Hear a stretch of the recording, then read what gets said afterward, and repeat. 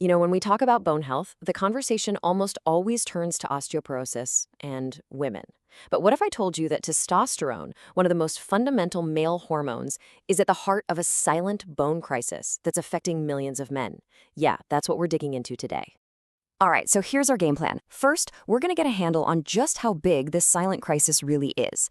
Then, we'll dive into the cool science of how our hormonal construction crew is supposed to work. After that, we'll wade through some really confusing clinical evidence. And finally, we'll ask the big question: is therapy hope, or is it just hype? So, first up, let's talk about the reality of men's bone health. The numbers here might seriously surprise you. This isn't the story you think you know. I mean, we've all heard this, right? It's a common belief that bone density is something only women need to stress about, especially after menopause. But honestly, the data paints a very, very different picture. Just look at how dramatically this risk skyrockets with age.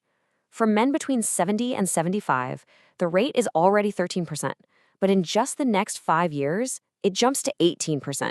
And then, for guys over 80, it hits a jaw-dropping 21%. That's more than 1 in every 5 men. We're not talking about a slow decline here. This is a steep and really serious problem. And here's where it gets really scary. This isn't just about some numbers on a scan. The real-world danger: the rate of hip fractures is 4 times higher in men with osteoporosis than it is in women who have the exact same condition. The consequences of a break like that can be absolutely devastating. Okay, so let's shift gears and look at the science. How does this all work at a biological level? I mean, how exactly is testosterone supposed to keep our bones strong in the first place?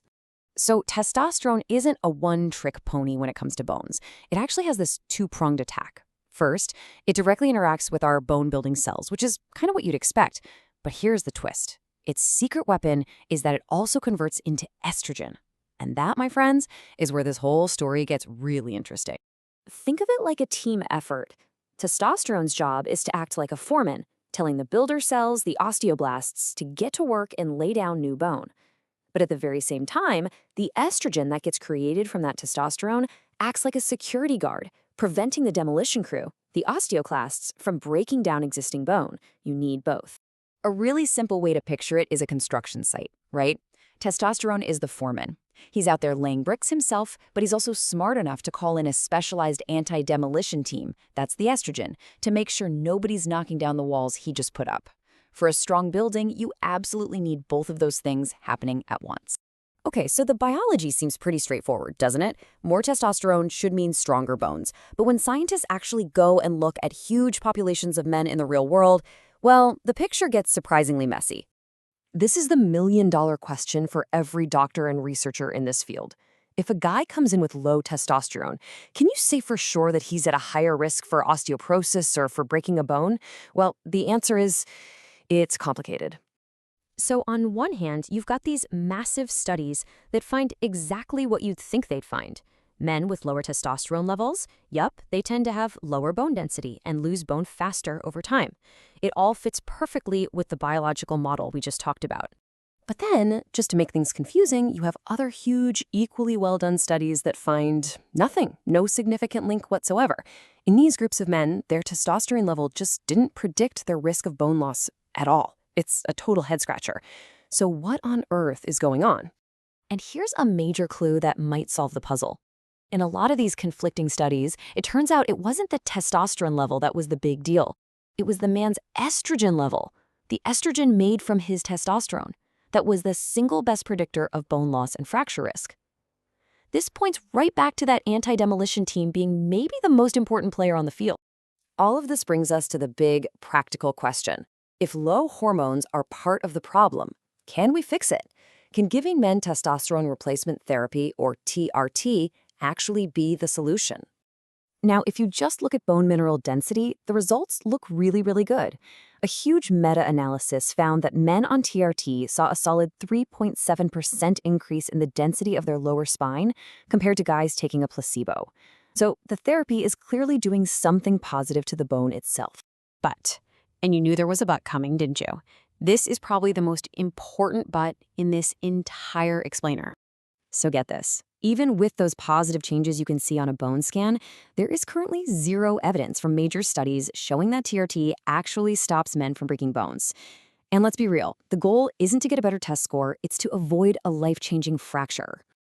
And this is the key difference we have to understand. Bone mineral density, or BMD. It's just a proxy. It's like looking at a player's stats on paper.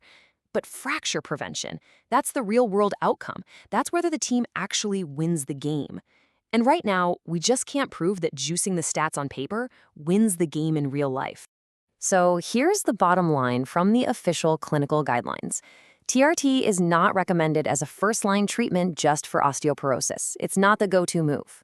However, it can be a really valuable option for guys who are dealing with the whole package, both low bone density and the classic symptoms of low testosterone, like fatigue, low libido.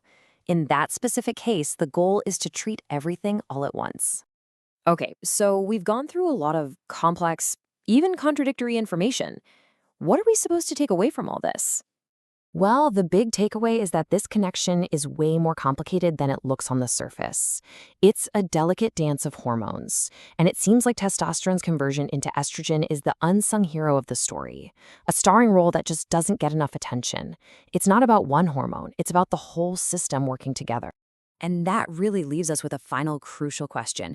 If the ultimate goal is to prevent fractures, and just boosting a lab number with TRT doesn't guarantee that, well, maybe we need to widen our focus. What about all the other things we can control? Things like building muscle to protect us from falls, improving our balance, and zeroing in on bone-healthy nutrition. Maybe those things demand just as much of our attention. That could be the other half of this whole puzzle.